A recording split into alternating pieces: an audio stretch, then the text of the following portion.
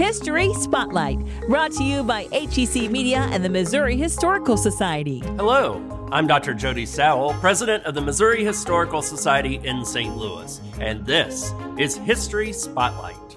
The YWCA was initially introduced to St. Louis during the 1904 World's Fair, and a year later was incorporated to serve rural women. But women of color were excluded from their services until 1946. Public historian of the African American History Initiative, Cecily Hunter, tells the story of how a group of black women set out to start their own branch in 1911 that operated independently for 35 years.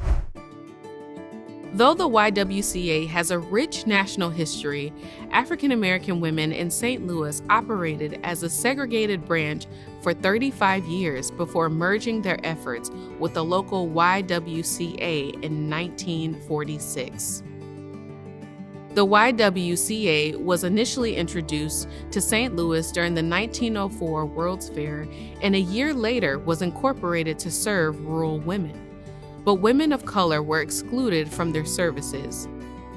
In 1911, a group of black women led by Arsenio M. Williams gathered at Berea Presbyterian Church to discuss establishing a home for black women. Arsenio was an educator and a member of the Committee on Administration who led the Colored Women's Christian Association, the president of the National Association of Colored Women, and the vice president of Colored Women's Federation.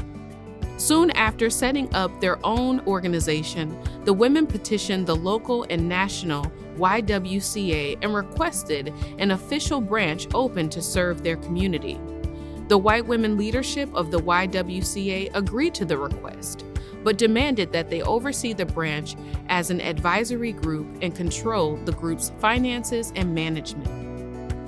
The organization opened its doors as the Chapman Branch, named after Louise Chapman, a previous YWCA board member.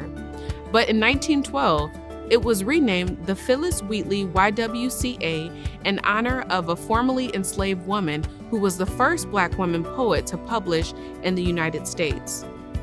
The St. Louis location served as the fifth branch to open in the nation for black women and girls.